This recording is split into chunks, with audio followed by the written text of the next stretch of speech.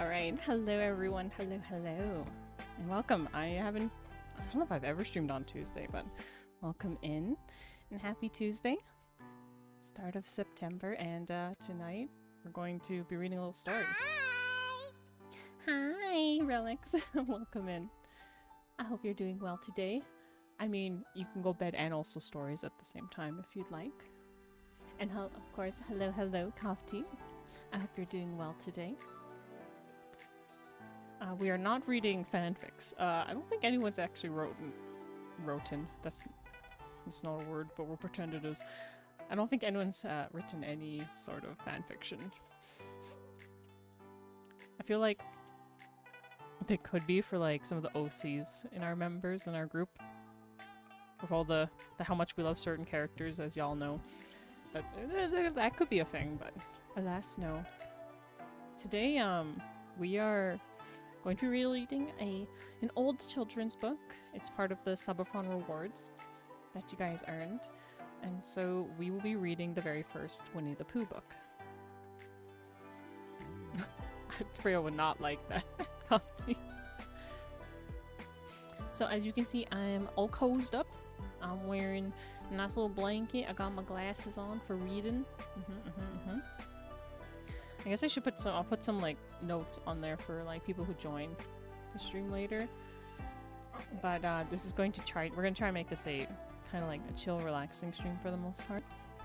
So what that means is at the end of stream, I won't be raiding out.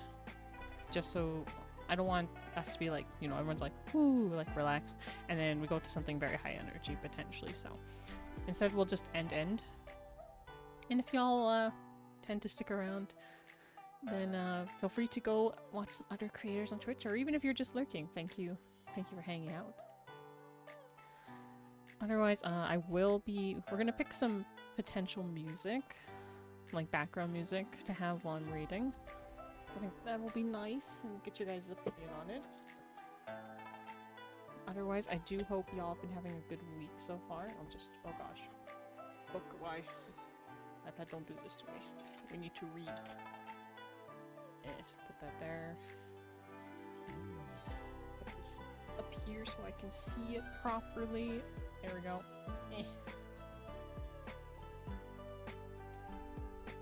And we'll begin basically. Otherwise, the plan for these storytime streams is basically we're going to read for as long as I can tonight. And if we don't finish, I don't know if we will, because I actually wasn't sure how long Pooh Bear was since it's been so long since I've read it. I read it when I was a kid. That we'll just continue it next time. And when we eventually finish Winnie-the-Pooh, we will go on to the actual fanfiction I promised y'all will read, which is My Immortal. But yeah, I hope y'all have had a good start to your week. I try and get a little bit more streaming in this month. So we stream today, watch along tomorrow, and then I'll be streaming Xenosaga, of course, on Thursday. I need to move this over here temporarily. Next time we will have Melly read the Bernstein Pairs. I don't know if I can read those, is the only problem. Because you can only read books on Twitch that you have copyright for, basically. Or you have copyright permission for. So the only reason I can read Pooh Bear is because it's fair game. It's past the copyright law limitation of, I think it's like 100 years or something like that. So Pooh Bear is public property essentially and is no longer owned by Disney. Hence why I can read it. I'm gonna quickly mute my music. We'll listen. I'm gonna play a couple some background. I found some background music online yesterday to give a little vibe and see maybe which ones you guys prefer a bit more. So we'll play a little bit. I might have to adjust it potentially. Oh, I muted the browser. Whoops. So there's this. I'm not sure if we should go for something. You know, a little more. This is a lo-fi. So a lot of these kind of have a rain vibe in the background, and yeah.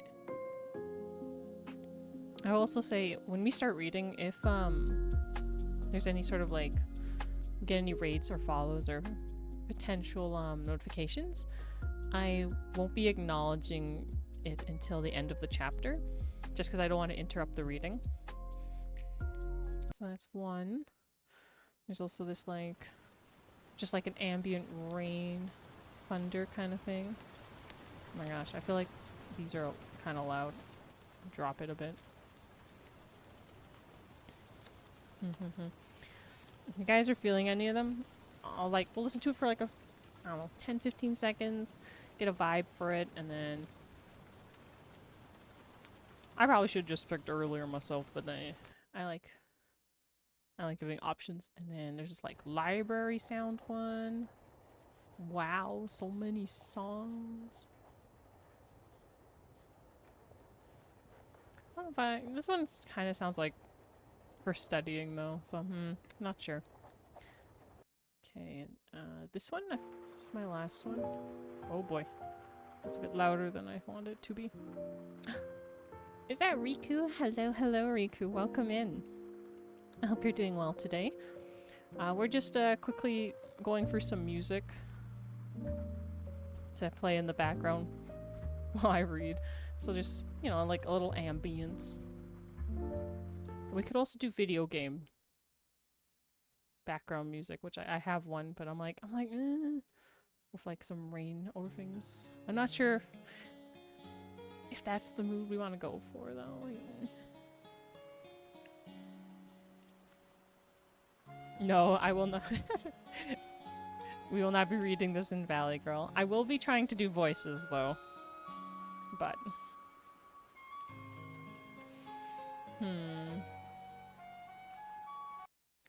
okay. I don't know if any of those vibe with you guys. I'm thinking maybe the lo-fi one, or maybe this like rain-esque one. Or like this like lo-fi kind of like coffee. It says it's like a coffee cafe kind of thing.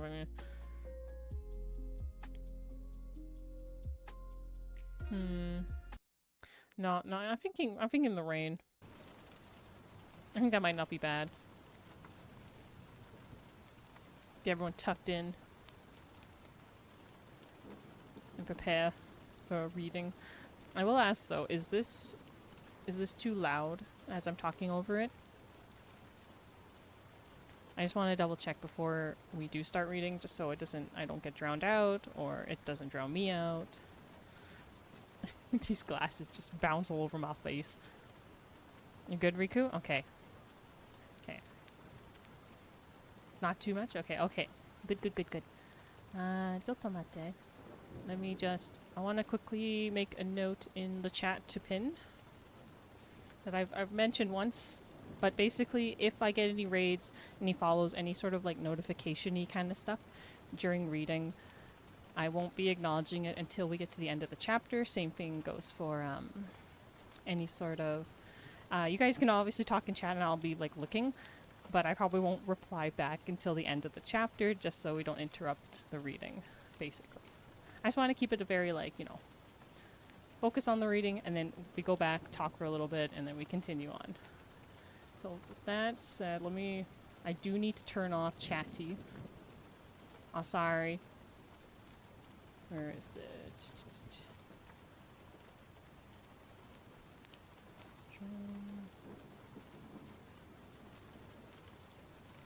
Chatty's going to I'm gonna have to turn off all the sound stuff too, unfortunately.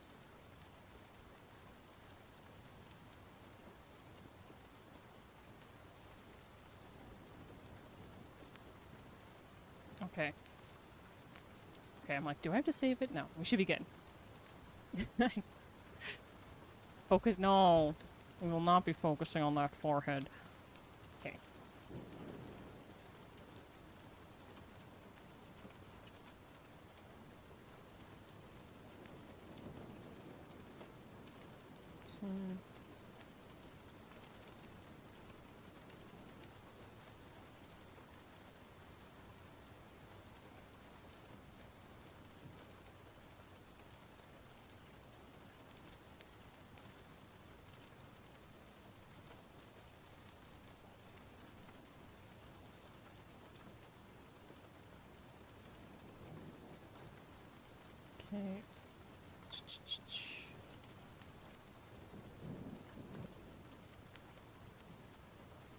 Da, da, da, da.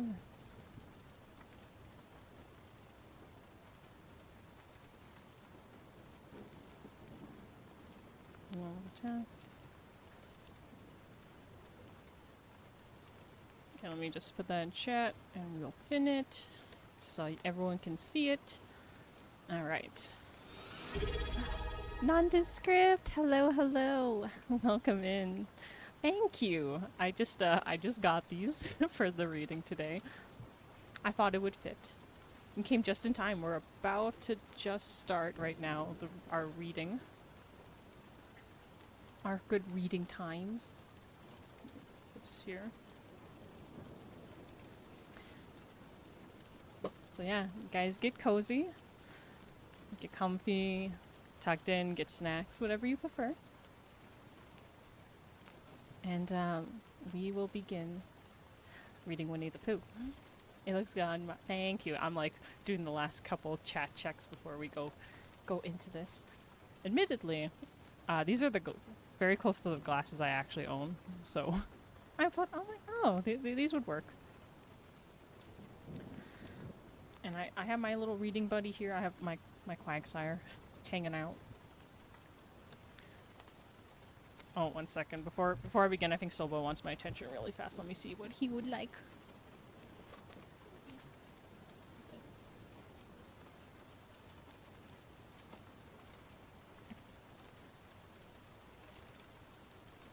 Alright.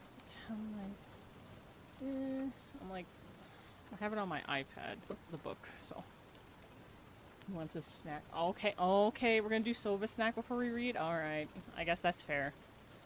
That's fair. Sometimes I move my model too fast and the glasses look like they're gonna fly off. Okay, 1 second, let me go get his snack.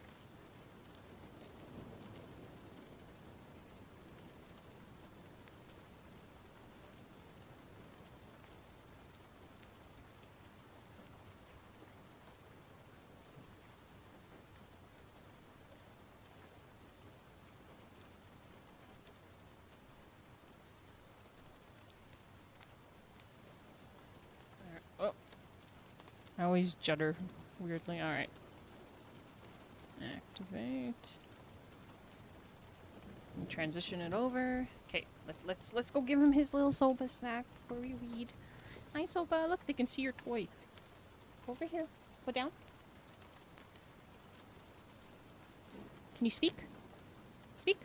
Good boy. Spin. Dance. Nose. Nose? Huh? On your top? Both? Good boy. Can you spin one more time?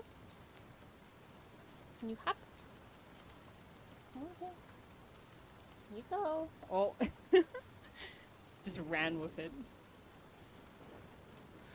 Thank you for the Soba snack. Nondescript. Soba really appreciates it. Let's hide that again.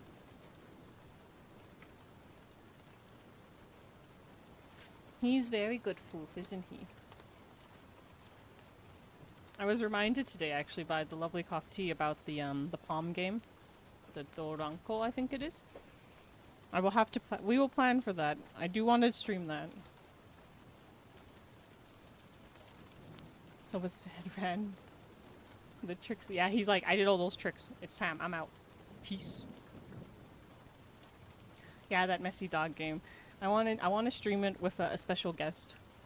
As a little, you know, a little extra fun thing. But I'm thinking we'll finish up all these reading streams first, since I owe you guys these. And I do want to finally read, and then we'll maybe do that. But all right. Enough delaying. Let us begin. Winnie-the-Pooh by A.A. Milne. I apologize for some of my pronunciation going forward. Y'all know, for the most part, y'all know I'm not always the good with the English, but I will try my best to read this in a very calm, nice voice with a little bit of voices here and there. All right. I'm assuming you guys don't really want to hear the intros and stuff, so we will begin Chapter 1, in which we are introduced to Winnie-the-Pooh and some bees, and the story begins. Here is Edward Bear, coming downstairs now, bump, bump, bump, on the back of his head behind Christopher Robin. It is, as far as he knows, the only way of coming downstairs. But sometimes he feels that there really is another way, if only he could stop bumping for a moment and think of it. And then he feels that perhaps there isn't. Anyhow, here he is at the bottom, and ready to be introduced to you, Winnie-the-Pooh. When I first heard his name, I said, just as you are going to say, but I thought he was a boy. So did I, said Christopher Robin. Then you can't call him Winnie. I don't, but you just said he's Winnie-the-Pooh. Don't you know what there means?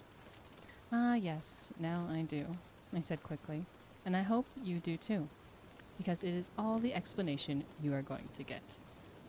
Sometimes Winnie-the-Pooh likes a game of some sorts when he comes downstairs, and sometimes he likes to sit quietly in front of the fire and listen to a story. This evening, what about a story? Said Christopher Robin. What about a story? I said. Could you very sweetly tell Winnie-the-Pooh one? I suppose I could, I said. What sort of stories does he like? About himself, because he's that sort of bear. Oh, I see. So, could you very sweetly? I'll try, I said. And so, I tried.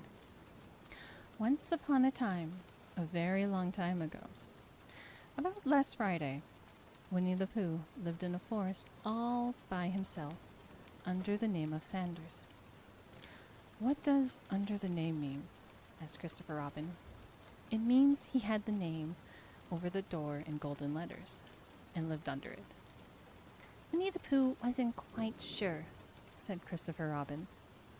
Now I am, I said in a growly voice. Then I will go on, I said. One day, when he was out walking, he came to an open place in the middle of a forest, and in the middle of this place was a large oak tree, and at the top of the tree there came a buzzing noise. Winnie-the-Pooh sat down at the foot of the tree, put his head between his paws, and began to think. First, all he said to himself, that buzzing noise means something. You don't get a buzzing noise like that. Just buzzing and buzzing, without its meaning something. If there is a buzzing noise, somebody's making a buzzing noise. And the only reason for making a buzzing noise that I know of is because you're a bee. Then he thought another long time and said, and the only reason for being a bee that I know of is making honey. And then he got up and said, and the only reason for making honey is so that I can eat it. So he began to climb the tree. He climbed and he climbed and he climbed. And as he climbed, he sang a little song to himself. It went something like, isn't it funny how a bear likes honey? Buzz, buzz, buzz. I wonder why he does. Then he climbed a little further, and a little further, and then just a little further. By that time, he had thought of another song. It's very funny, though, that if bears were bees, they'd build their nests at the bottom of trees. And that being so, if bees were bears, we shouldn't have to climb up all these stairs. He was getting rather tired by this time, so that is why he sang a complaining song. He was nearly there now, and if he just stood on that branch, crack! Oh, help, said Pooh, as he dropped 10 feet on the branch below him. If only I hadn't, he said, as he bounced 20 feet onto the next branch. You see, what I meant to do, he explained, as he turned head over heels and crashed on to another branch 30 feet below. What I meant to do, of course, was rather, he admitted, as he slithered very quickly for the next 6 branches. It all comes, I suppose, he decided as he said goodbye to the last branch, spun around 3 times, and flew gracefully into a goose bush. It all comes of liking honey so much. Oh, help. He crawled out of the goose bush, brushed the prickles from his nose, and began to think. And the first person he thought of was Christopher Robin. Was that me? Said Christopher Robin in a very odd voice, hardly daring to believe it. That was you. Christopher Robin said nothing, but his eyes got larger and larger, and his face got pinker and pinker. So Winnie-the-Pooh went round to his friend Christopher Robin, who lived behind a green door in another part of the forest. Good morning, Christopher Robin, he said. Good morning, Winnie-the-Pooh, said you. I wonder if you've got such a thing as a balloon about you. A balloon? Yes, I just said to myself coming along, I wonder if Christopher Robin has such a thing as a balloon about him. I just said it to myself, thinking of balloons and wondering. What do you want a balloon for? You said. Winnie-the-Pooh looked around to see that nobody was listening, put his paw to his mouth, and said in deep whisper, Honey. But you don't get honey with balloons. I do, said Pooh. Well, it just happened that you had been to a party the day before at the house of your friend Piglet, and you had balloons at the party. You had a big green balloon, the one of Rabbit's relations, and had a big blue one, and had left it behind, being really too young to go to a party at all. And so you had brought the green one and the blue one home with you. Which one would you like? You asked Pooh. Put his head between his paws and thought carefully. I like this one, he said. When you go after honey with a balloon, the great thing is not to let the bees know you're coming. Now, if you have a green balloon, they might think you are only part of the tree and not notice you. And if you have a blue balloon, they might think you were only part of the sky and not notice you. And the question is, which is more likely? Wouldn't they notice you underneath the balloon? You asked. They might, or they might not, said Winnie-the-Pooh. You can never tell with bees. He thought for a moment and said, I shall try to look like a small black cloud. That will deceive them. Then you better have the blue balloon, you said. And so it was decided. Well, you both went out with the blue balloon, and you took your gun with you, just in case, as you always did. And Winnie-the-Pooh went to a very muddy place that he knew of, and rolled until he was black all over. And then, when the balloon was blown up as big, and you and Pooh were both holding onto the string, you let go suddenly, and Pooh floated gracefully into the sky, and stayed there, level with the top of the tree, about 20 feet away from it. Hooray! You shouted. Isn't that fine? Shouted Winnie-the-Pooh down to you. What do I look like? You look like a bear holding onto a balloon, you said. Not, said Pooh anxiously. Not like a small black cloud in the blue sky? Not very much. Well, perhaps from up here it looks different. And as I say, you can never tell with bees. There was no wind to blow him nearer to the tree, so there he stayed. He could see the honey. He could smell the honey. But he couldn't quite reach the honey. After a little while, he called down to you. Christopher Robin, he said in a loud whisper. Hello. I think the bees suspect something. What sort of thing? I don't know, but something tells me they're suspicious. Perhaps they think that you're after their honey. That may be that. Can never tell with bees. There was another little silence, and then he called down to you again. Christopher Robin, Yes, have you an umbrella in your house? I think so. I wish you would bring it out here and walk up and down with it and look at me every now and then and say, "Tut tut, it looks like rain." I think if you did that, it would help the deception which we are practicing on these bees. Well, you laughed to yourself. Silly old bear. But you didn't say it out loud because you were so fond of him. And you went home for your umbrella. Oh, there you are. Called down Winnie-the-Pooh as soon as you got back to the tree. I was beginning to get anxious. I have discovered that the bees are definitely suspicious. Shall I put up my umbrella up? You said. Yes, but wait a moment. We must be practical. The important bee to deceive is the queen bee.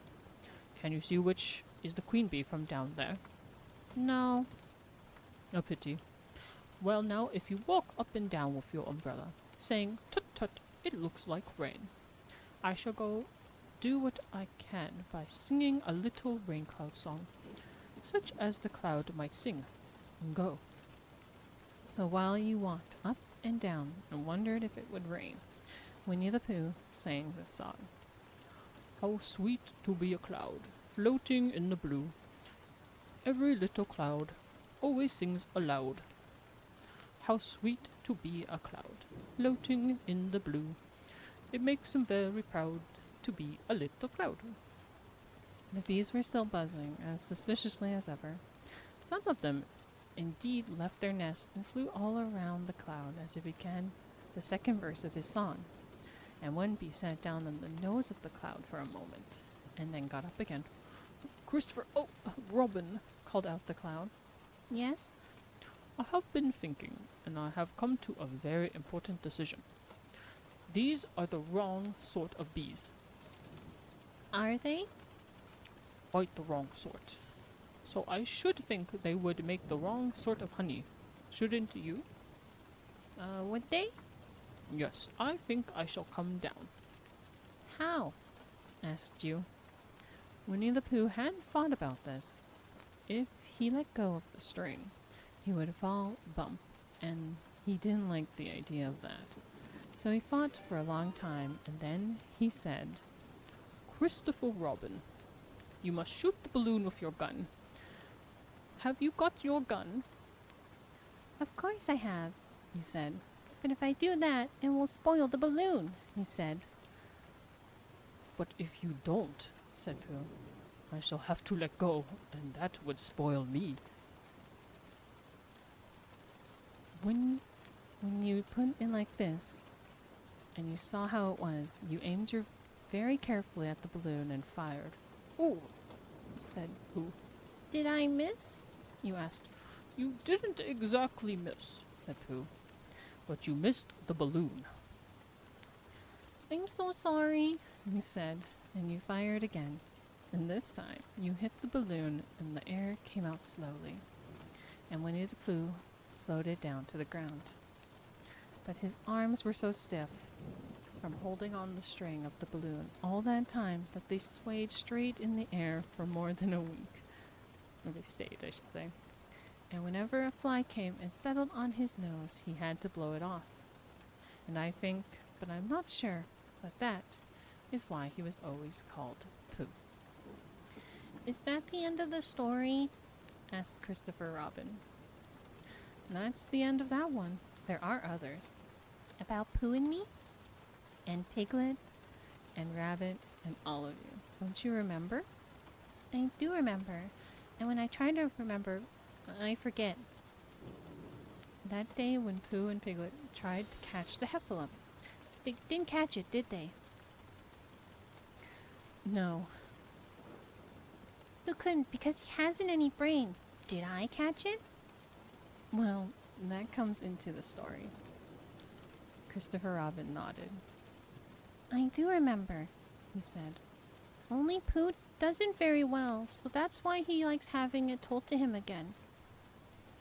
Because when it's a real story and not just remembering. That's just how I feel, I said. Christopher Robin gave a deep sigh, picked up his bear by the leg, and walked off to the door, trailing Pooh behind him. At the door, he turned and said, Coming to see me have my bath? I might, I said. I didn't hurt him when I shot him, did I? Not a bit. He nodded and went out, and in a moment I heard Winnie-the-Pooh bump, bump, bump, going up the stairs behind him. Hi guys, alright, sorry, I'm hoping you guys saw my pinned message. Maybe I put it text up in my chat. But that was chapter 1 of Winnie-the-Pooh. So I will quickly also catch up with chat. Hello Jarrell, thank you for the raid. And for coming in with your community. It's lovely. And hello Dickless Rage, thank you for the follow. I appreciate it. Let me give you a quick shout out.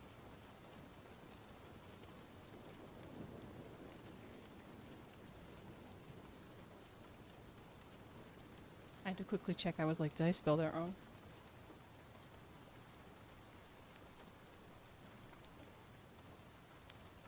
Oh, you were playing Hades 2 before. How was that? Otherwise, I really appreciate you coming in with the raid and bringing on your community and some friendos to come join us. I haven't popped in a while. Want to say hi. I really appreciate that, Jarrell. It's definitely been a while, but I've not been streaming as often recently. But I get that. It was a chill stream. Awesome. I've not played. It's something I've been like looking into eventually maybe, but there's like no time and so many games nowadays. But I guess also for anyone who doesn't know me, who's new, my name is Meliora. I am a member of Prismaria, and I usually do a lot of older JRPG games. I stream art sometimes, and right now we're doing a story time stream since it was something that was earned from a subathon a little while back. We're going to be finishing, and well, we are currently. We're reading Winnie-the-Pooh. So this is a little bit different from my normal streams, but I hope you'll enjoy. It's mostly going to be just a cozy, chill, just hang out kind of vibe. Something to like lurk to or just chill with for the most part. I appreciate y'all coming in and just hanging out. Like the pin message does say, for when I start reading the chapters, I will look at chat, but I won't be able to acknowledge what kind of happens in it until I get to the chapter end, because I just don't want to interrupt the story. So it just kind of, every chapter we do a little break. I drink some water like I will right now. And yeah. Oh, and also nondescript, or not nondescript, sorry. Fat Nut, if you're still around, thank you. Thank you for coming in and saying hi. I really appreciate it. I do know I missed that a little bit into the chapter. Also, I really like the Xeno game series. I like mentioning that because it's lately all I've been doing. All I talk about, it's Xenosaga. And then it'll be Xenoblade. Alright, let me get back into reading position. Let us begin chapter 2. Chapter 2, in which Pooh goes visiting and gets into a tight place. Come. Well, I just started the chapter title, so I'll give it 1 sec since I saw stuff. Just chilling with myself and comfy game. Honestly, sometimes just playing comfy games is like peak though, right? Or just having comfiness in general, just to relax too. If there is any issue with the sound, we did test it a little bit before, but if it's too loud and I'm like my voice is not loud enough, let me know. I will adjust, even if it's mid-reading. Waiting to watch Xenoblade. Patiently biting my top. We're getting there, Riku. Hi, Ren. in, welcome in. No, you're not too late. We only just got through the first chapter. There's 10 chapters if I remember correctly in Winnie-the-Pooh. So I hope you will enjoy just hanging out, chilling, being cozy. If you guys want to lurk or if you have to go, no worries. Plus the VOD's going to be up afterwards if anyone... I don't know if you guys want me to like save these and maybe post them somewhere to potentially like listen to at some point like an audiobook, but for now, no one's too late. This might end up being a couple streams anyways, so we will begin chapter 2. And heads up, if there's raids or follows or anything like that while I'm reading the chapter, I won't be acknowledging it until we're at the end of the chapter, just so we don't interrupt the reading. But again, thank you guys for coming and hanging out with me. Get cozy, get some snacks, just relax, and let me read to you. So I'm doing some stories at some point myself. Drink all the water. Thank you. Actually, I should drink some more water now that you mentioned that, Cheryl.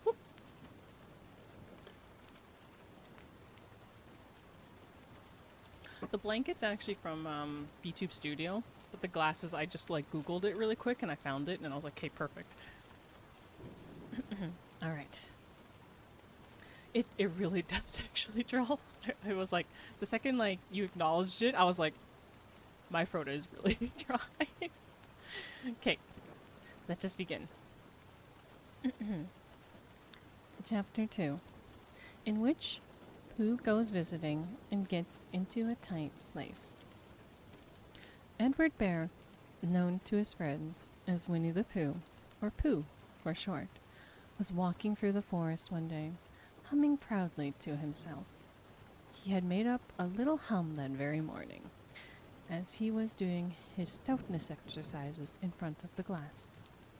Tra-la-la, tra-la-la, as he stretched up high as he could go, and then tra-la-la, tra-la-la, help-la, as he tried to reach his toes. After breakfast, he had said it over and over to himself, until he had learnt it off by heart. And now he was humming it right through, properly. It went like this. Tra-la-la, tra-la-la, tra-la-la, tra-la-la, rum-tum-riddle-dum-um.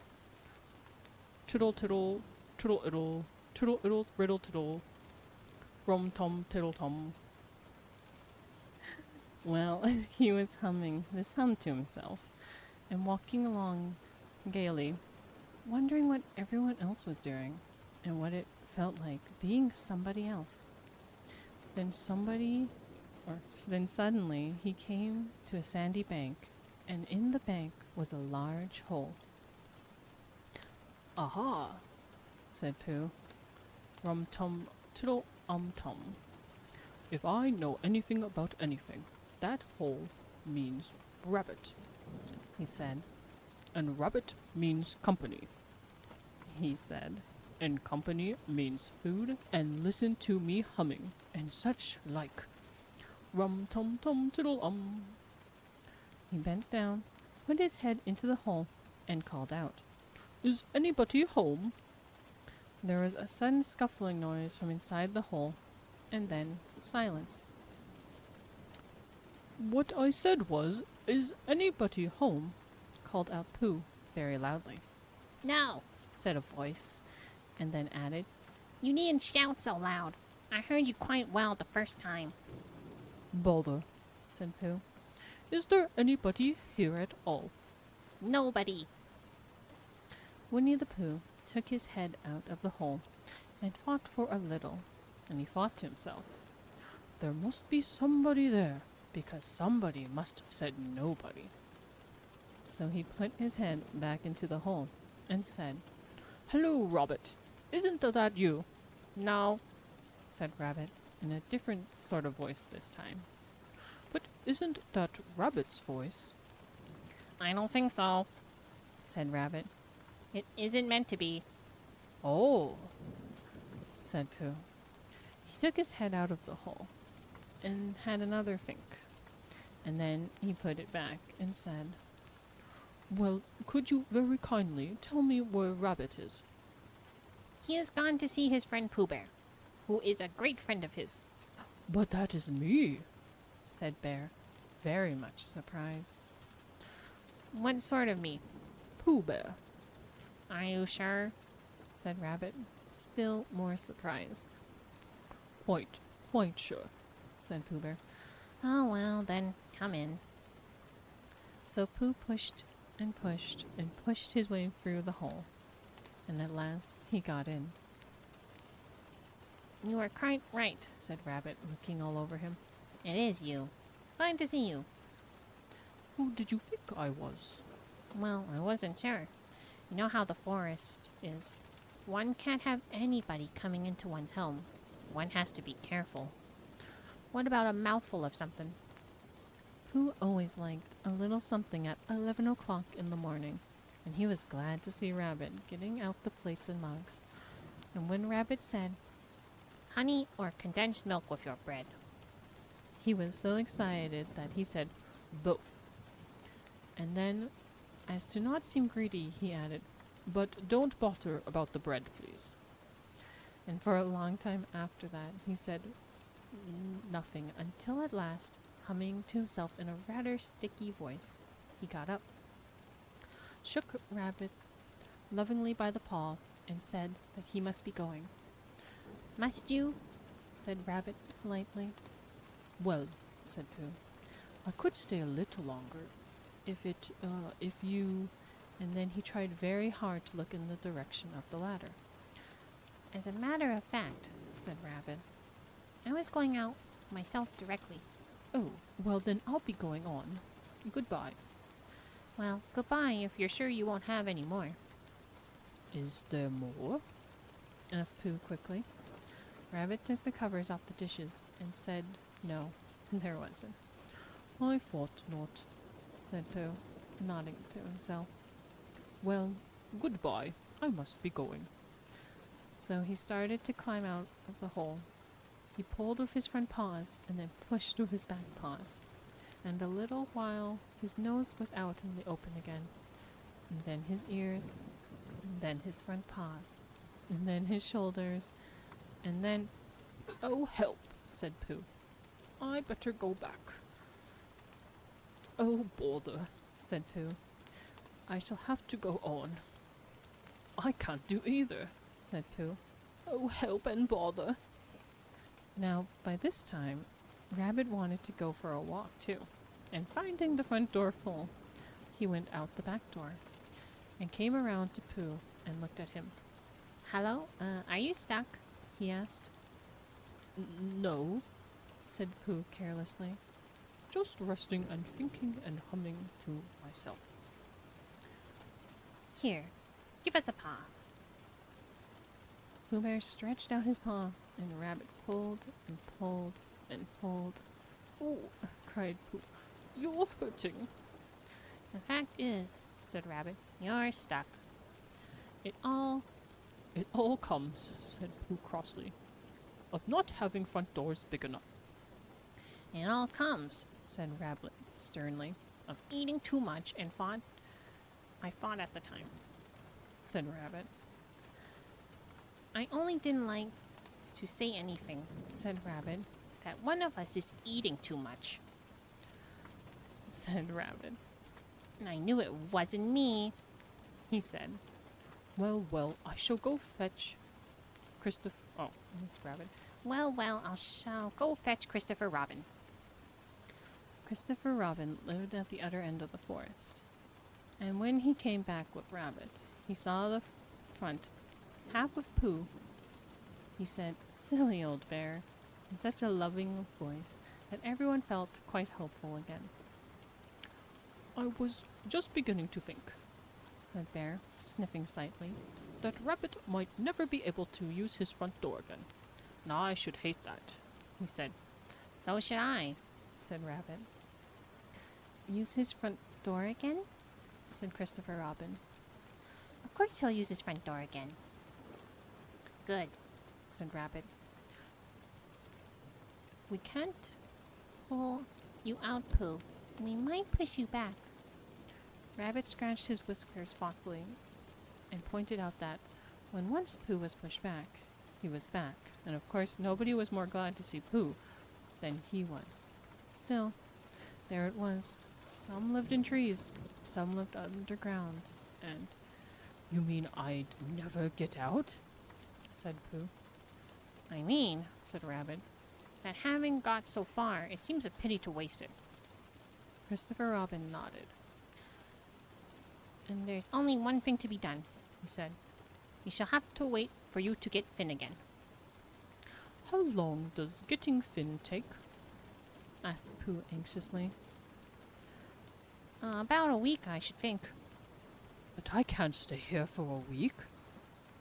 You can stay here all right. You can stay here all right, silly old bear. It's getting you out which is so difficult.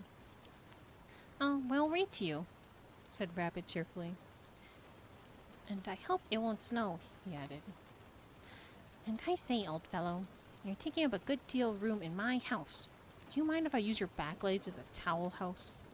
Because, I mean, there are doing nothing, and it would be very convenient to just hang towels on them. A week, said Pooh gloomily. What about meals?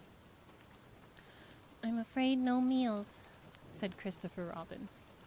Because of getting Finn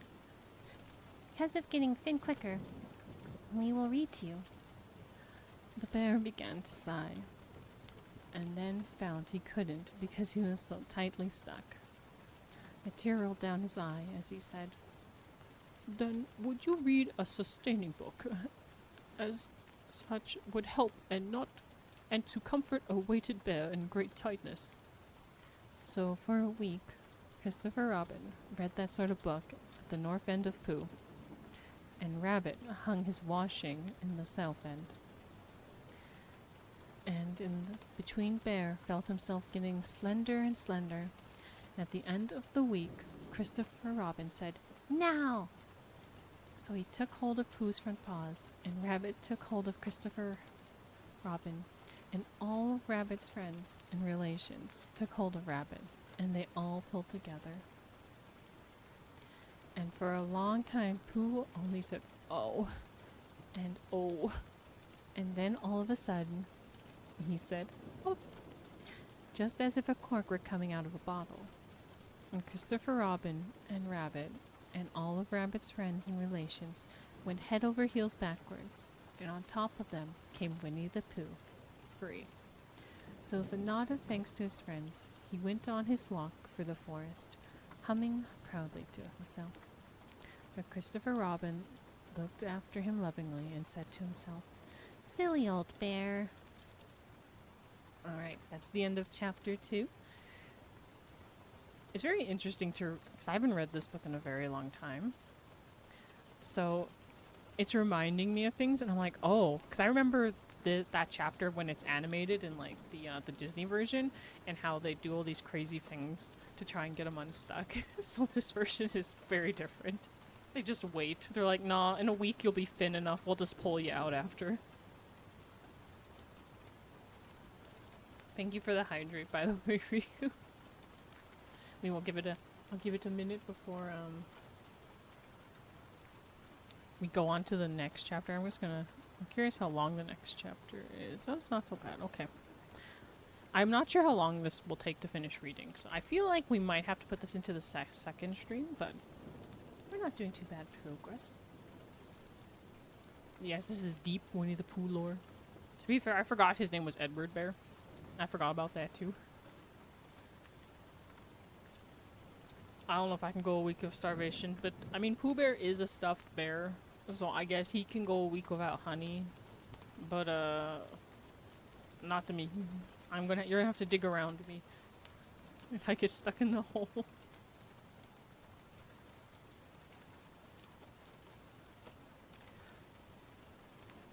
Oh, okay, do some stretches. I drank some water. I do see. In like 10 minutes, there's going to be like an ad break, so that does worry me. Because if the ad break does come up in the middle of the chapter, I might stop.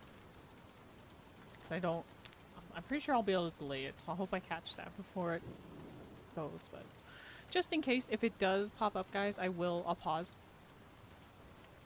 I pause reading just so we don't interrupt it, and so everyone can enjoy equally, regardless if you're subscribed or not. But I hope you guys have been enjoying it so far. I'm not done a stream like this. A more comfy, like chillax kind of stream. Almost ASMR-y like is kind of the goal-ish, but it's kind of fun to read. And I like having the like rainy background. I'm a fan of the rain. Alright. Let us begin chapter 3. See if we can we'll finish some before the break. It's cozy, I'm glad. This is the goal.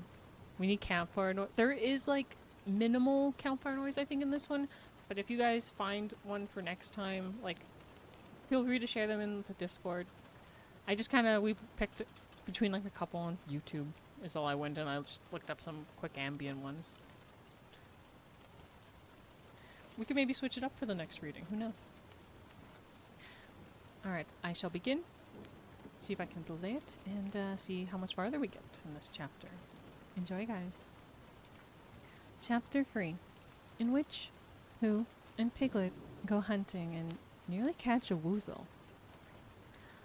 The piglet lived in a very grand house in the middle of a beech tree, and the beech tree was in the middle of the forest, and the piglet lived in the middle of the house. Next to his house was a piece of broken board which had Trespassers W on it. When Christopher Robin asked Piglet what it meant, he said it was his grandfather's name, and it had been in the family for a long time.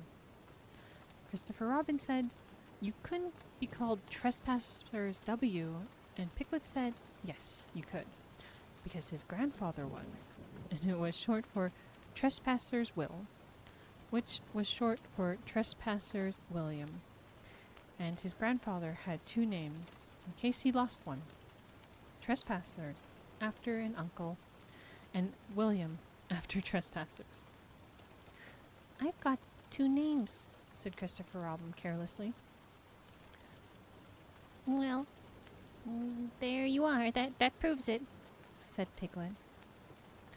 One fine winter day, when Piglet was brushing away snow in front of his house, he happened to look up, and there was Winnie-the-Pooh, who was walking around in a circle, thinking of something else. And when Piglet called to him, he just went on walking. "Hello," said Piglet. "What are you doing?" "Hunting," said Pooh. "Hunting what?" "Tracking something," said Winnie-the-Pooh very mysteriously. Tracking what?" said Piglet, coming closer. "It's just what I asked myself. I asked myself what? "What do you think you'll answer?" I shall have to wait until I catch up with it," said Winnie-the-Pooh. "Now look there." He pointed to the ground in front of him. "What do you see there?" "Tracks," said Piglet. "Paw marks." He gave a little squeak of excitement. "Oh, Pooh, do you think it's a woozle?" "It may be," said Pooh. "Sometimes it is, and sometimes it isn't. You can never tell with paw marks." With these few words, he went on tracking, and Piglet, after watching him for a minute or two, ran after him. Winnie-the-Pooh had come to a sudden stop, and was bending over the tracks in a puzzled sort of way. "Well, what's the matter?" said Piglet. "It's a very funny thing," said Bear, "but there seems to be two animals now. This is, whatever it is, has been joined by another, whatever it is, and the two of them are now proceeding in company. Would you mind coming with me, Piglet, in case they turn out to be hostile animals?" Piglet scratched his ear in a nice sort of way, and said that he had nothing to do until Friday, and would be delighted to come, in case it really was a woozle. Well, let me just there. "You mean in case there really is two woozles?"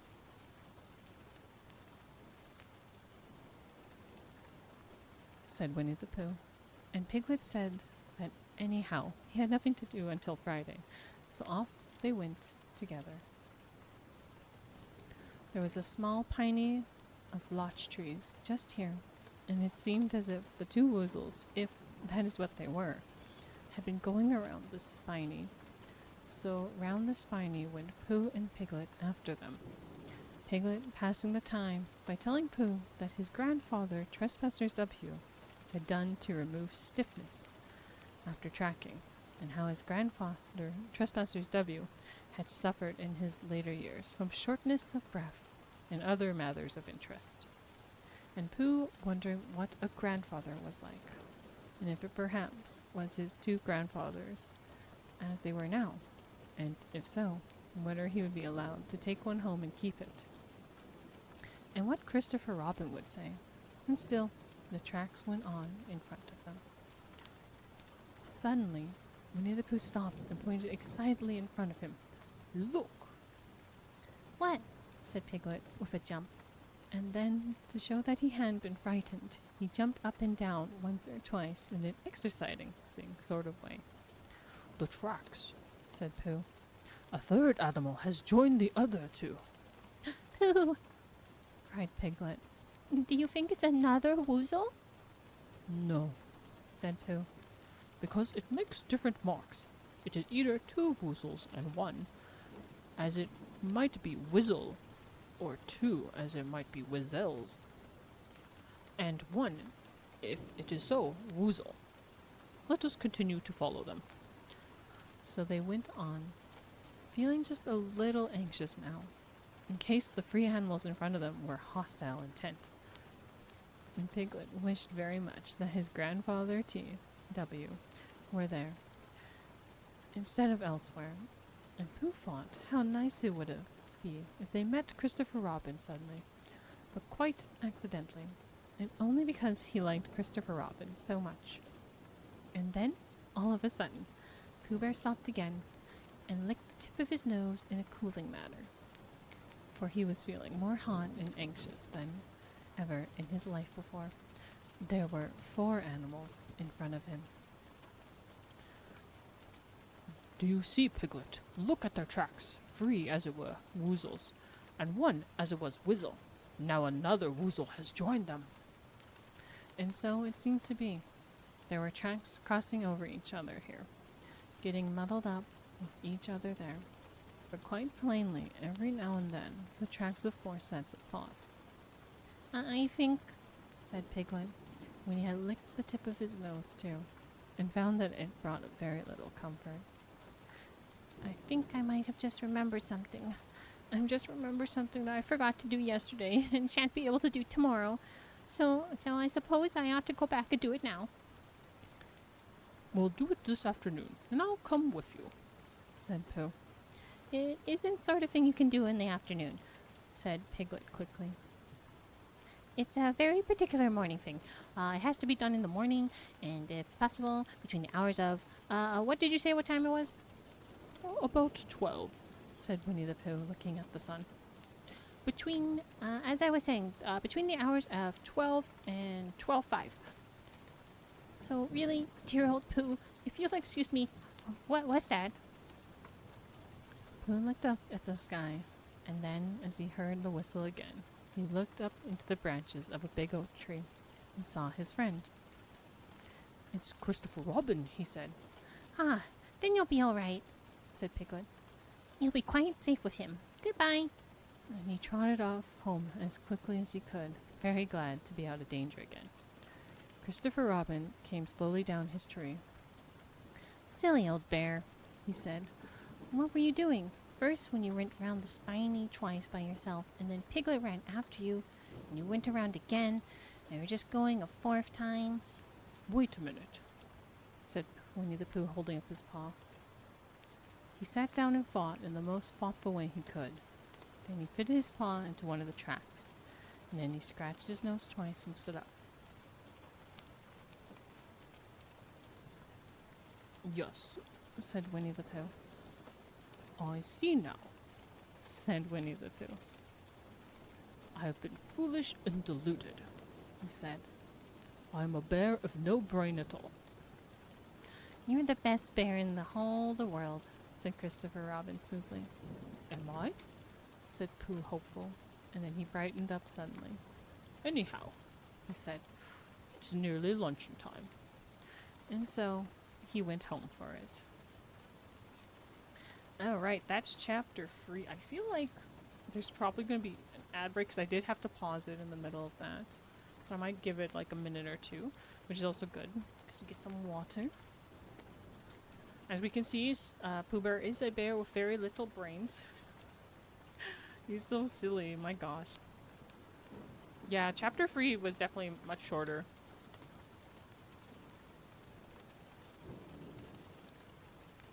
I'm gonna do a quick swipe through of 4. 4 looks like it's a little longer potentially. I see we're going to meet a new friend, which is great.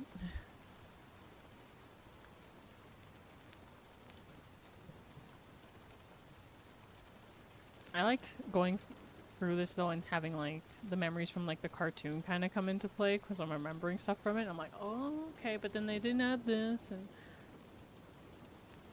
I'm like a little paranoid about the ad because I'm like,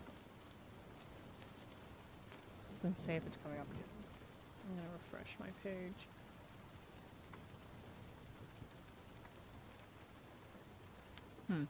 Is this gonna keep going? I'm like a little hesitant to start the next chapter just yet. Maybe we'll give it a couple minutes first. But again, I hope you guys are enjoying.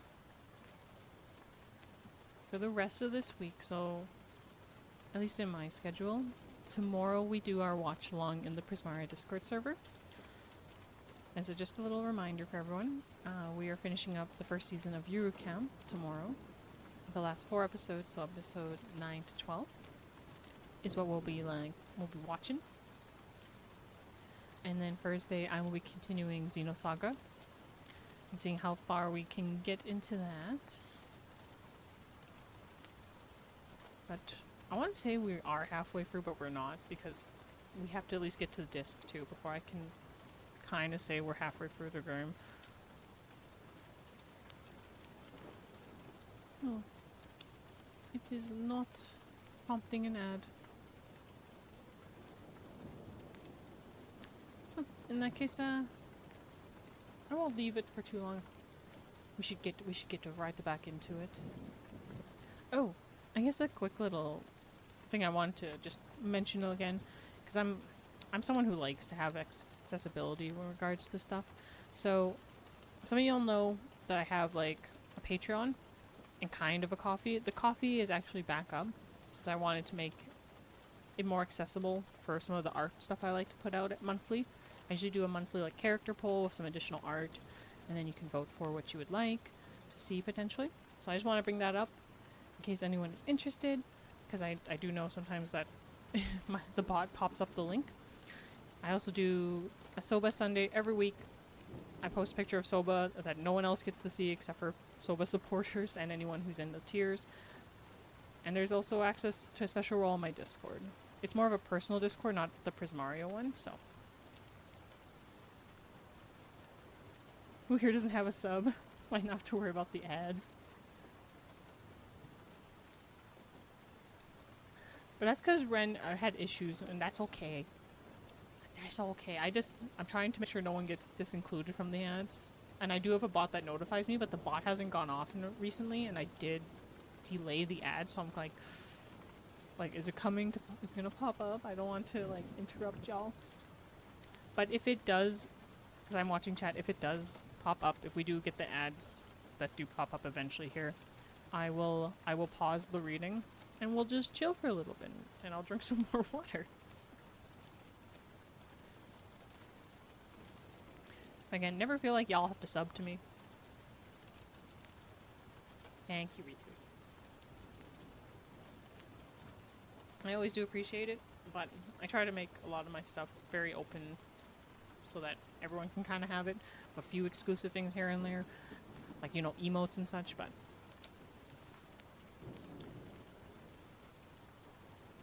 Paper said screw it. But for some reason I don't get ads. Okay, you know, as long as you don't get ads, I guess this works out quite well then. It works for me. Alright. Let's go. Let's see if we can actually finish half. We might be able to... I think we can do 4 and maybe 5 potentially today. Alright, let us begin. Chapter 4, in which Eeyore loses a tail and Pooh finds one. The old grey donkey, Eeyore, stood by himself in a firstly corner of the forest. In front, his front feet well apart, his head on one side, and thought about things. Sometimes he thought sadly to himself. Why? I'm not sure, Eeyore voice. and sometimes he thought, Wherefore? and sometimes he thought, Is it much as which? and sometimes he didn't quite know what he was thinking about. So when Winnie-the-Pooh came stumbling along, Eeyore was very glad to be able to stop thinking for a little, in order to say, Well, how do you do? in a gloomy manner to him, And how are you? said Winnie-the-Pooh. Eeyore shook his head from side to side. Not very how, He said, I don't seem to have felt at all for a long time. Dear, dear, said Pooh. I'm sorry about that. Let's have a look at you. So Eeyore stood there, gazing sadly at the ground, and Winnie-the-Pooh walked all around him once. What's happened to your tail? He said in surprise. What has happened to it? Said Eeyore. It isn't there. Are you sure? Well, either a tail is there or it isn't there. You can't make a mistake about it, and yours isn't there. Then what is? Nothing. Let's have a look, said Eeyore. He turned slowly around to the place where his tail had been a little while ago, and then, finding that he couldn't catch it, he turned around the other way, until he came back to where he was at first. And then he put his head down and looked between his front legs, and at last he said, with a long, sad sigh, I believe you're right. Of course I'm right, said Pooh. That accounts for a good deal. Said Eeyore gloomily. It explains everything. No wonder. You must have left it somewhere, Said Winnie-the-Pooh. Somebody must have taken it. Said Eeyore. How like them. He added after a long silence. Who felt he ought to say something helpful about it, but didn't quite know what, so he decided to do something helpful instead. Eeyore, He said solemnly. I, Winnie-the-Pooh, will find your tail for you. Thank you, Pooh, answered Eeyore. You're a real friend, he said. Not like some, he said. So Winnie-the-Pooh went off to find Eeyore's tail. It was a fine spring morning in the forest as he started out. Little soft clouds played happily in the blue sky, skipping from time to time in front of the sun as if it had come to put it out, and then sliding away suddenly so that the next might have its turn. Though them and between them the sun shone bravely, and the corpse which had worn its fine furs all the year round seemed old and drowly now beside the new green lace, which in the bleaches had put on so prettily. Though copse and spineley matched bare, down open slopes of gorse and heather, over rocky beds of streams, up steep banks of sandstone, into the heather again, and so at last, finally, and hungry.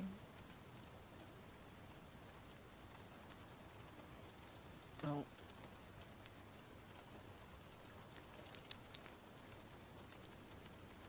To the acred wood. It was the 100-acre wood that Owl lived. And if anyone knows anything about anything, Said Bear to himself. it's Owl who knows something about something.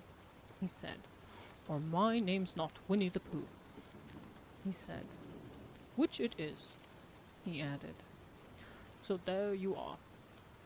Owl lived in the Chestnuts, an old world residence of the Great Charm, which was grander than anybody else's, or seemed so to bear, because it had both knocker and a bell pull. Underneath the knocker there was a notice which said, and I will quickly pause there for 2 seconds because I do see the ad is coming up. Or at least I got a notification for it, so I'm gonna give it 1 second before we continue. Sorry guys. And hello Snom, welcome in. I hope you're doing well today. It is lovely to see you. Yeah, and I hope your work, it sounds like you had a good workout, so I hope you can feel your knees again soon.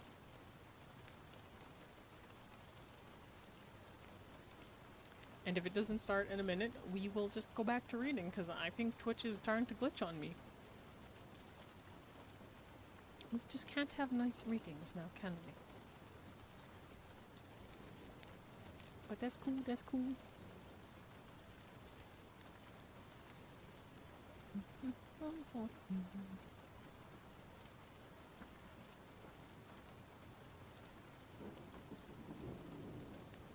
Oh, okay. There's the notification. Alright.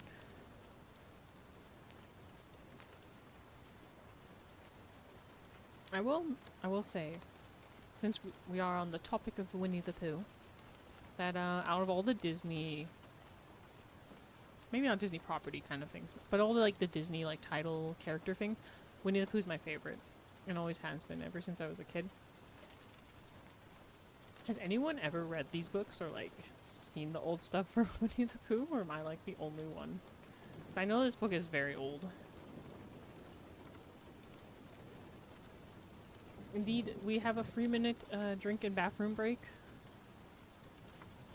So please get up, stretch, get some water, go to the bathroom if you need to. We will begin, we'll keep going as soon as the break is done. You watched when you were a kid? I really loved the cartoon as a kid. I think that's why I really liked Winnie-the-Pooh. Seen the animations but haven't read the books. They are very old after all. I know my father owned one of the original ones, like a copy of like an original one of it. I'm sure I probably chewed on it a little bit as a kid though, unfortunately. Oops.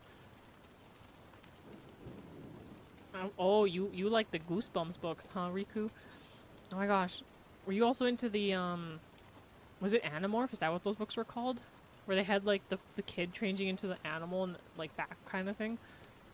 I never read those, but I always liked looking at the covers because they were funny. There's a lot of little things from Pooh Bear I like. Like, I always liked the, there's this part in the cartoon where he does, like, a little exercise thing, which I saw they did in the, they mentioned in the book. But in the cartoon, he's like, go up, down, touch the ground, gets me in the mood for food. And I think that's so cute. I'm like, that's so true though.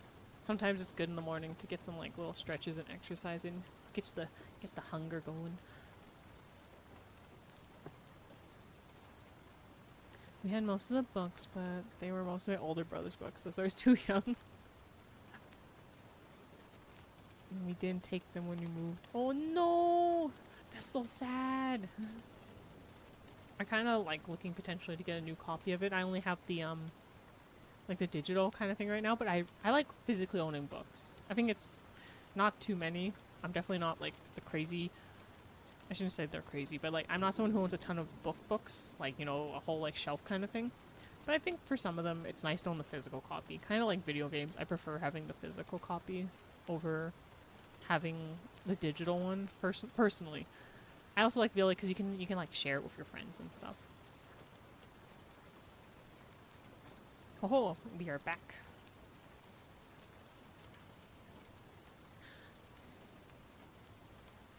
Physical copies are so hard to deal with now. Yeah, but I only buy like Switch game physical copies basically now because I don't really own any other systems. So at least they don't take up a lot of space anymore. Okay, I will go back like about a sentence or so we can have a little bit more context into what we were about to get into for the book, but I shall begin again. Thank you guys for waiting for the little bit of a little ad break. Owl lived at the Chestnuts, an old World War residence, the Great Charm, which was grander than anybody else's, or seemed so to Bear, because it had both a knocker and a bell pull. Underneath the knocker there was a notice which said, "Please ring if an razor is recurred." Underneath the bell pull there was a notice which said, "Please talk if an razor is not iked." These notices had been written by Christopher Robin, who was the only one in the forest who could spell. For Owl, wise though he was in many ways, able to read and write and spell his own name, Wool, or W-O-L, yet somehow went all to pieces over delicate words like measles and buttered toast. Winnie-the-Pooh read the two notices very carefully, first from left to right, and afterwards, in case he had missed some of it, from right to left. Then, to make quite sure, he knocked and pulled the knocker. And then he pulled and knocked the rope bell. And then he called out in a very loud voice, "Owl, I require an answer. It's Bear speaking." And the door opened, and Owl looked out. "Hello, Pooh." "Hello, Pooh." I'm not sure what voice I want, he said. How's things?" "Terrible and sad," said Pooh, "because Eeyore, who is a friend of mine, has lost his tail, and he's moping about it. So could you very kindly tell me how to find it for him?" "Well," said Owl, "the customary procedure in such cases as it follows." "What does customary cake mean?" said Pooh. "For I am a bear of very little brain, and long words bother me." "It means to do a thing to do." "As long as it means that, I don't mind," said Pooh humbly. "The thing to do as follows. First, issue a reward. Then—" "Just a moment," said Pooh, holding up his paw. "What do we do with this? What were you saying? You sneezed as you were going to tell me." "I didn't sneeze." "Yes, you did, Owl." "Excuse me, Pooh, I didn't. You can't sneeze without knowing it." "Well, you can't know it without knowing something hasn't been sneezed."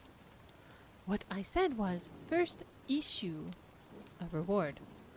"You're doing it again," said Pooh sadly. "A reward," said Owl very loudly. "We'll write a notice and say that we will give a large something to anybody who finds Eeyore's tail." I see, said Pooh, nodding his head. "Talking about large somethings," he went on dreamily. "I generally have small something about now, about this time in the morning." And then he looked wistfully at the cupboard in the corner of Owl's parlor. "Just a mouthful of condensed milk or whatnot, and with perhaps a lick of honey." "Well then," said Owl, "we'll write out this notice and we'll put it up all over the forest." "A lick of honey," mumbled Pooh to himself. Or not, as the case may be." And he gave a deep sigh. He tried very hard to listen to what Owl was saying. But Owl went on and on, using longer and longer words, until at last he came back to where he started, and he explained that the person to write out this notice was Christopher Robin. "It was he who wrote the ones in front of my door for me. Did you see them, Pooh?" For some time now, Pooh had been saying yes and no in turn, in which his eyes shut to all that Owl was saying. And having said yes last time, he said no, not at all, now without really knowing what Owl was talking about. Did you see them? Said Owl, a little surprised. Come, look at them now. So they went outside, and Pooh looked at the knocker and the notice below it, and he looked at the bell rope and the notice below it. And the more he looked at the bell rope, the more he felt that he had seen something like it, somewhere else, sometime before. Handsome bell rope, isn't it? Said Owl. Pooh nodded. It reminds me of something, he said, but I can't think what. Where did you get it? I just came across it in the forest. It was hanging over a bush, and I thought at first somebody lived there. So I rang it, and nothing happened. And then I rang it again very loudly, and it came off in my hand. And as nobody seemed to want it, I took it home and... Owl, said Pooh solemnly. You made a mistake. Somebody did want it. Who? Eeyore. My dear friend Eeyore. He was very fond of it. Fond of it? Attached to it, said Pooh sadly. So with these words, he unhooked it and carried it back to Eeyore. And when Christopher Robin had nailed it on in its right place again, Eeyore frisked about the forest, waving his tail so happily that Winnie-the-Pooh came over all funny and had to hurry home for a little snack of something to sustain him. And wiping his mouth half an hour afterwards, he sang to himself proudly, Who found the tail? I, said Pooh. At 1:45, only it was 11:45 really. I found the tail. And that was chapter 4. We did get it a little bit cut off there for a second, for a tiny bit, but so it kind of felt like it was short afterwards, but still.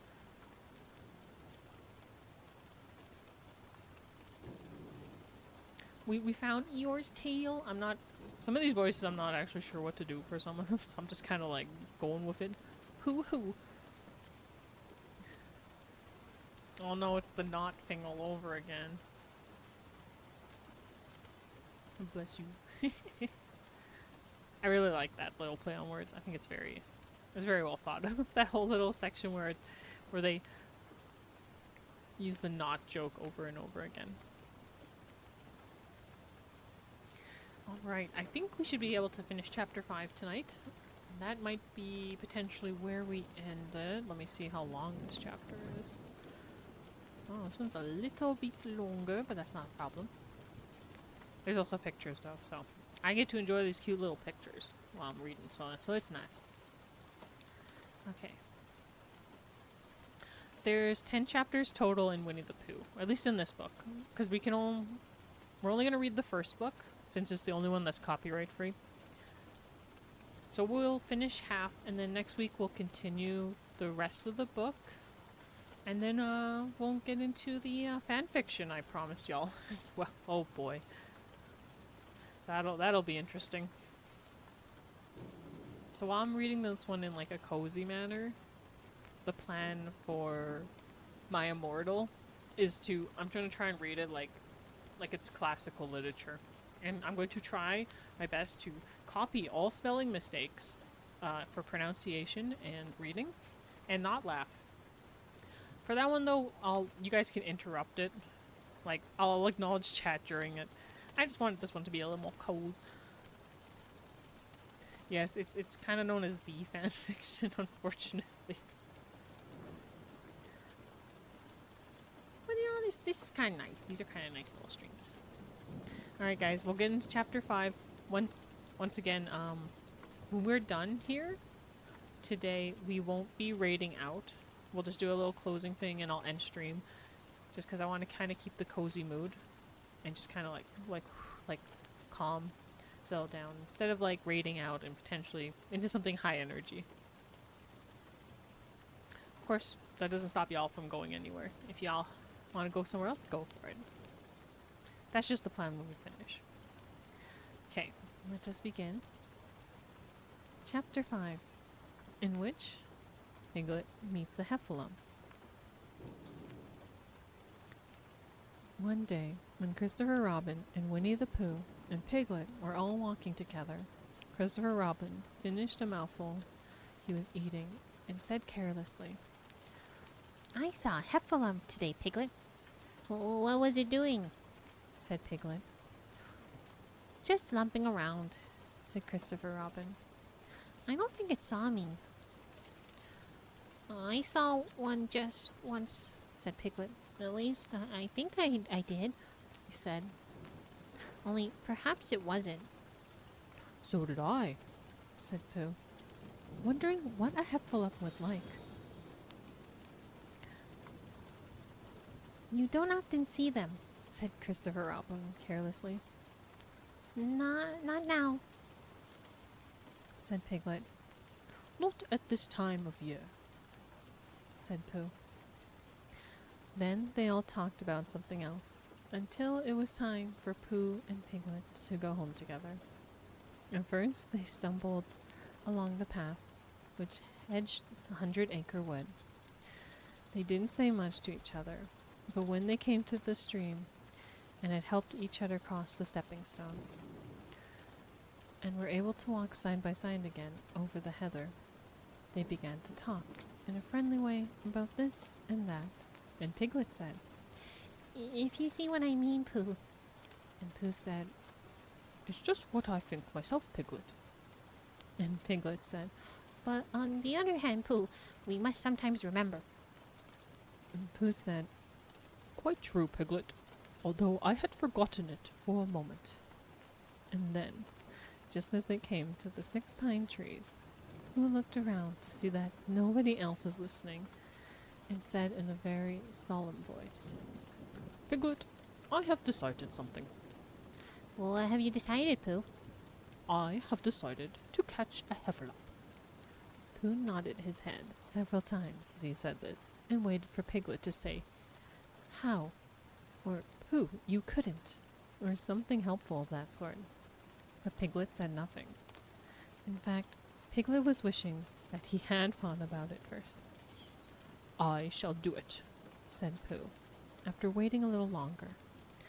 By means of a trap, and it must be a cunning trap. So you will have to help me, Piglet. Pooh, said Piglet, feeling quite happy again now. I will. And then he said, How shall we do it?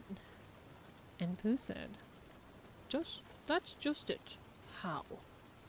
And then they sat down together to think it out. Pooh's first idea was that they should dig a very deep pit, and then the heffalump would come along and fall into the pit. And Why? said Piglet. Why what? Said Pooh. Why would they fall in? Pooh rubbed his nose with his paw and said that a heffalump might be walking along, humming a little song, and looking up at the sky, wondering if it would rain, and if he wouldn't see the very deep pit until he was halfway down, and then it would be too late. Piglet said that it was a very good trap, but supposing it weren't raining already. Pooh rubbed his nose again, and said that he hadn't thought of that. And when he brightened up, he said if it were raining already, the heffalump would be looking at the sky, wondering if it would clear up. And so he wouldn't see the very deep pit until it was halfway down.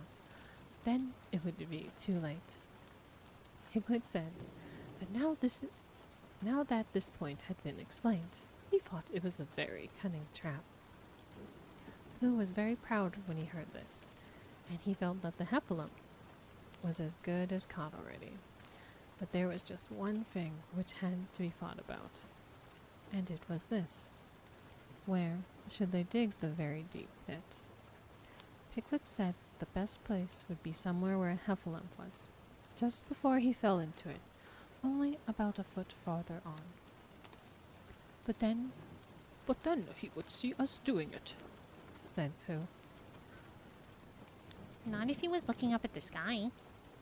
He would suspect, said Pooh. If he happened to look down, he thought for a long time, and then added sadly, It isn't as easy as I thought. I suppose that's why heffalumps hardly ever get caught. that must be it, said Piglet. They sighed and got up, and when they had taken a few goose pickles out of themselves, they sat down again. And at the time, Pooh was saying to himself, If only I could think of something. for he felt sure that a very clever brain could catch a heffalump if only he knew the right way to go about it. I suppose, He said to Piglet, you wanted to catch me. How would you do it? Well, said Piglet. I suppose I do it like this. I should make a trap, and I will put a jar of honey in the trap. You would smell it, and then you would go after it and... And I would go after it. Said Pooh excitedly. Only very carefully so not to hurt myself. And I would get the jar of honey. And I should lick around the edges first of all, pretending that there wasn't any more, you know. And then I should walk away and think about it a little. And then I should come back and start licking the middle of the jar. And then... Yes, well, never mind about that. There you would be, and there I should catch you. Now, the first thing to think is, what do heffalumps like? I should think acorns, shouldn't you? We'll get lots of it and... I say, wake up, Pooh. Pooh, who had gone to a happy dream, woke up with a start and said that honey was much more trappy thing than acorns. Piglet didn't think so, and they were just going to argue about it, when Piglet remembered that if they put acorns in the trap, he would have to find the acorns, but if they put honey, then Pooh would have to give up some of his own honey. So he said, All right, honey, then. just as Pooh remembered it too, and was going to say, All right, acorns. Honey. said Piglet to himself in a thoughtful way, as if it were now settled. I'll dig the pit while you go and get the honey. Very well. said Pooh, and he stumbled off. As soon as he got home, he went to the larder, and he stood on a chair and took down a very large jar of honey from the top shelf. It had honey written on it, H-U-N-N-Y. But just to make sure, he took off the paper cover and looked at it, and it looked just like honey. But you never can tell, said Pooh. I remember my uncle saying once that he had seen cheese just this color. So he put his tongue in and took a large lick. Yes, He said, it is, no doubt about it, and honey I should say right down to the bottom of the jar. Unless, of course, he said, somebody put cheese at the bottom, just for a joke. Perhaps I better go a little further, just in case heffalumps don't like cheese, same as me. Ha! and he gave a deep sigh. I was right. It is honey, right the way down. Having made certain of this, he took the jar back to Piglet. And Piglet looked up from the bottom of his very deep pit and said, Got it? and Pooh said, Yes, but it isn't quite a full jar. and he threw it down to Piglet. And Piglet said, No, it isn't. Is this all you've got left? and Pooh said, Yes. because it was. So Piglet put the jar at the bottom of the pit and climbed out, and they went off home together, Well, good night, Pooh. said Piglet. And when they had got to Pooh's house, And we'll meet at 6 o'clock tomorrow morning by the pine trees and see how many heffalumps we got in our trap. 6 o'clock, Piglet. And have you got any string No, why would you want string? to lead them home with? Oh, I think heffalumps come if you whistle. Some do, and some don't. You can never tell with heffalumps. Well, good night. Good night. and off Piglet trotted to his house. Trespassers W, while Pooh made his preparations for bed. Some hours later, just as the night was beginning to steal away, woke up suddenly with a sinking feeling. He had had sinking feeling before, and he knew what it meant. He was hungry, so he went to the larder. And he stood on a chair and reached up to the top shelf and found nothing. That's funny, he thought. I know I had a jar of honey there, a full jar full of honey right up to the top, and it had honey, Hunny, written on it, so that I should know that it was honey. That's very funny. And then he began to wander up and down, wondering where the murmuring. A murmur to himself, like this. It's very, very funny, 'cause I know I had some honey, 'cause it had the label on it, saying it was honey. Got topless full up pot too, and I don't know where it's got to. Now I don't know where it's gone. Well, it's very funny. He had mumbled this to himself 3 times in a singing sort of way. Then suddenly he remembered. He had put it in the cunning trap to catch the heffalump. Bother, said Pooh. it all comes of trying to be kind to heffalumps. And he got back into bed. But he couldn't sleep. The more he tried to sleep, the more he couldn't. He tried counting sheep, which sometimes is a good way of getting to sleep. And as that was no good, he tried counting heffalumps. And that was worse, because every heffalump that he counted was making straight for a pot of Pooh's honey, and eating it all. For some minutes he lay there miserably, but then 587 heffalumps was licking its jaws, and saying to itself, Very good honey, this. I don't know where I've tasted better.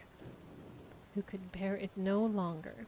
He jumped out of bed and ran out of the house, and he ran straight to the 6 pine trees. The sun was still in bed, and there was lightness in the sky over the 100-acre wood, which seemed to show that it was waking up and would be kicking off the clothes. In the half-light of the pine trees looked cold and lonely, and then the very deep pit seemed deeper than it was, and Pooh's jar of honey at the bottom was something mysterious, a shape and no more. But as he got nearer to it, his nose told him that it was indeed honey, and his tongue came out and began to polish up his mouth, ready for it. Bother, said Pooh, as he caught his nose inside the jar. A heffalump has been eating it.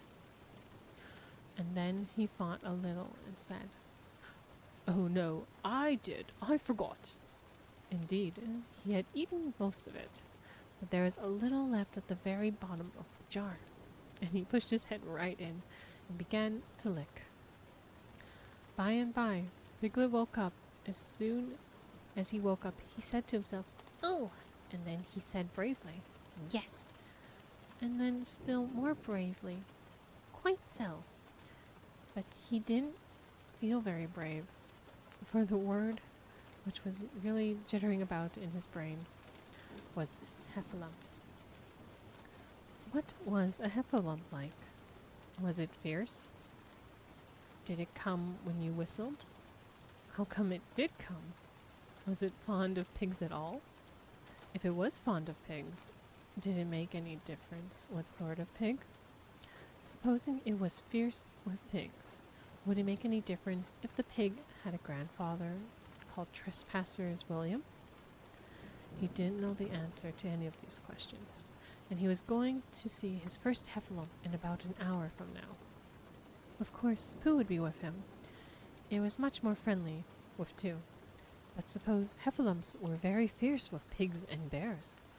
Wouldn't it be better to pretend that he had a headache and couldn't go up to the 6 pine trees this morning? But then, suppose it would be a very fine day, and there was no heffalumps in the trap. Here he would be, in bed all morning, simply wasting his time for nothing. What should he do? And then he had a clever idea.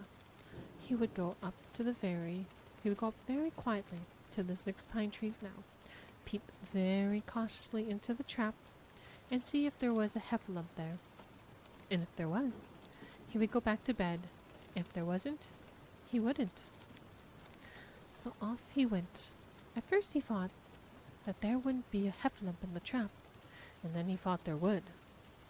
And as he got nearer, he was sure there would be, because he could hear it heffalumping about like anything.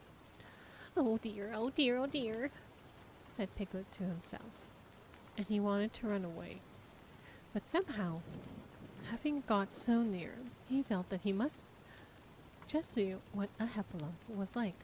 So he crept to the side of the trap and looked in. And all the time, Winnie-the-Pooh had been trying to get the honey jar off his head. The more he shook it, the more tightly it stuck. Bother, he said inside the jar, oh help, and mostly, ow. and he tried bumping it against things, but as he couldn't see what he was bumping it against, it didn't help him.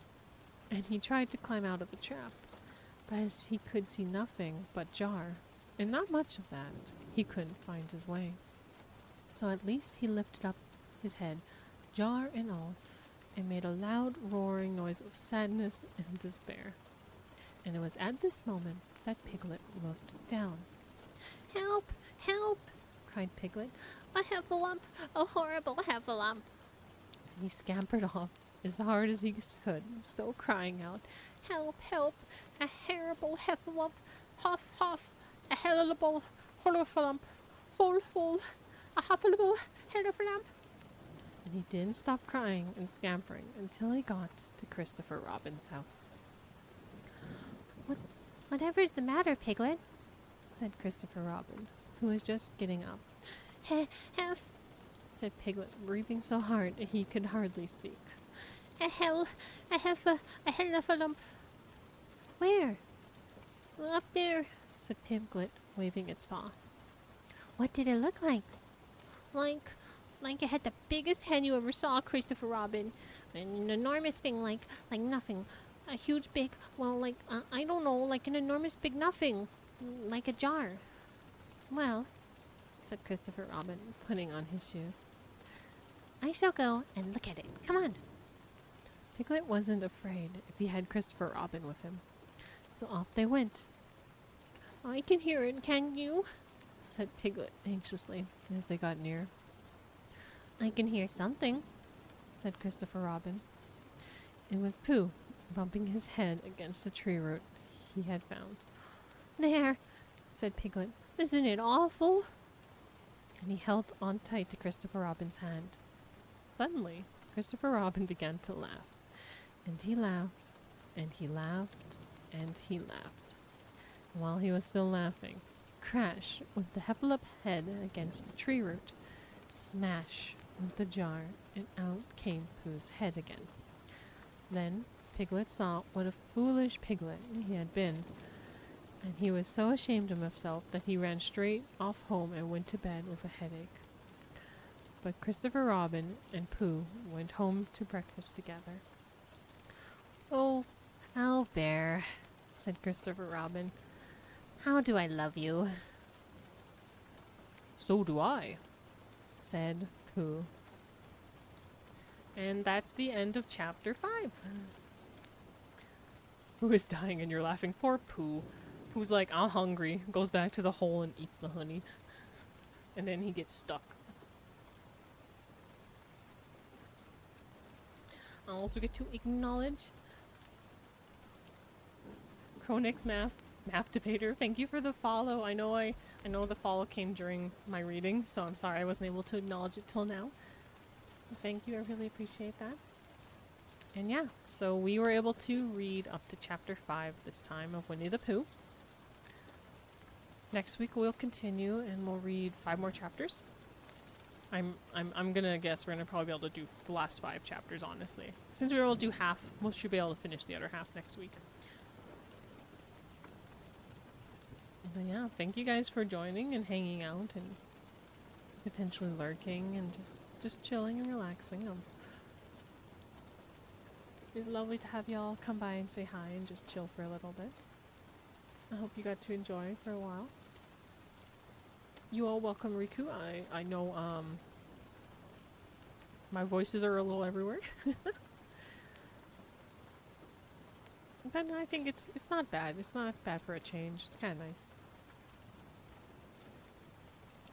I don't know what Dan means in this context. But still, thank you guys for hanging out.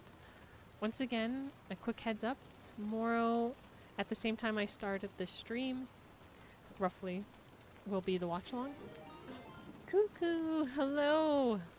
Oh my goodness, thank you for the raid. How was Satisfactory? I was only able to lurk for a little bit at the when I had to start streaming, but I hope it was good. Oh my god, what the heck? Thank you for. It's supposed to be cozy, and I'm like breaking my character now. Hi senpai, hi cuckoo. I hope you're doing well. Let me give you a quick shout out.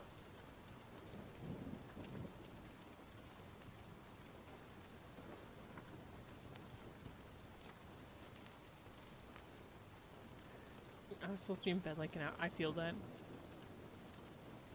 Ah, yes, the cozy nuclear waste. Yes, nothing more.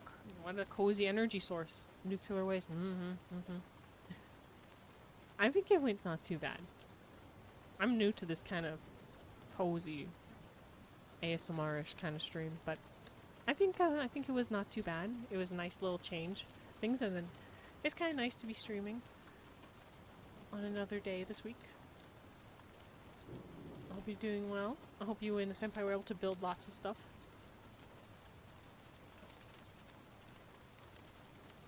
We finished up to chapter 5 of Winnie-the-Pooh. And we'll continue some more next week. And then we'll get to also read the beautiful, enjoyable My Immortal after that. I'm sure y'all will look forward to that. So basically Tuesday going forward for me is going to try to be some like reading streams as we get out all these subathon rewards. But still, thank you for coming in with the raid. I appreciate it. The only thing is, actually I will not be raiding out after this. I'm just gonna say goodbye kind of this screen, and we're not gonna raid out because I just want to kind of keep it in the cozy like vibe to end stream with. Y'all are welcome, of course, to go to other people's streams and enjoy.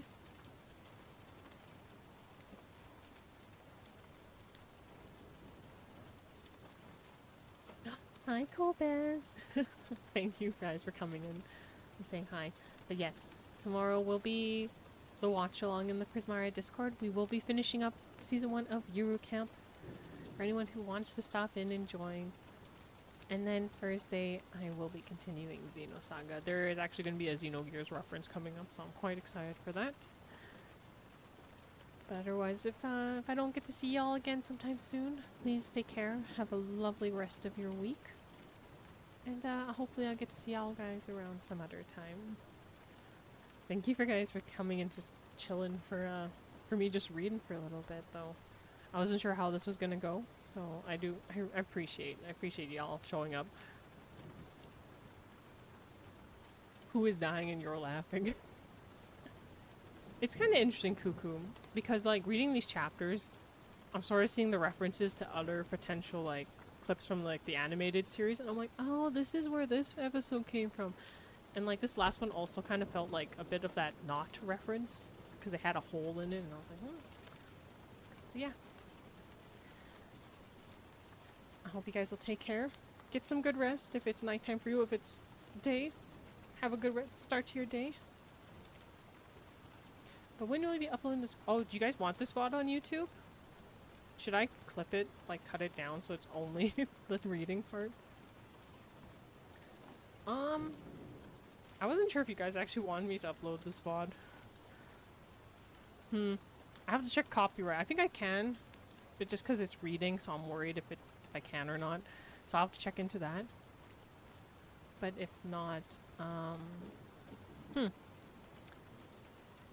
maybe sometime, maybe over the weekend then? Because I have to get the Xenosaga one up, and then I'll probably put this one up. I guess I could. I was debating just recording it separately as like an audiobook. But I'll upload the, if you guys actually want it, I'll upload the VOD as well. The thing is, though, Pooh Bear is not like in copyright territory, so I think it's okay. But I'll double check before I put it up on YouTube. Is the only thing. If not, maybe I'll make it a download thing on Coffee for free. Something like that. I'll look into it. I wasn't sure if there'd be interest for that. Well, okay. Once again, take care, everyone. Have a lovely evening. Get some rest. See, yeah, I guess that's true. We all tuck a homie in, guys. Tuck a homie. Make sure you all tuck a homie. Whether it's your homie to your left, your homie to your right, or your own homie, as in you. Take care. Have a good rest. Have a good rest of your week, guys. And hopefully I'll see you guys around sometime soon. Good night, everyone. Bye-bye.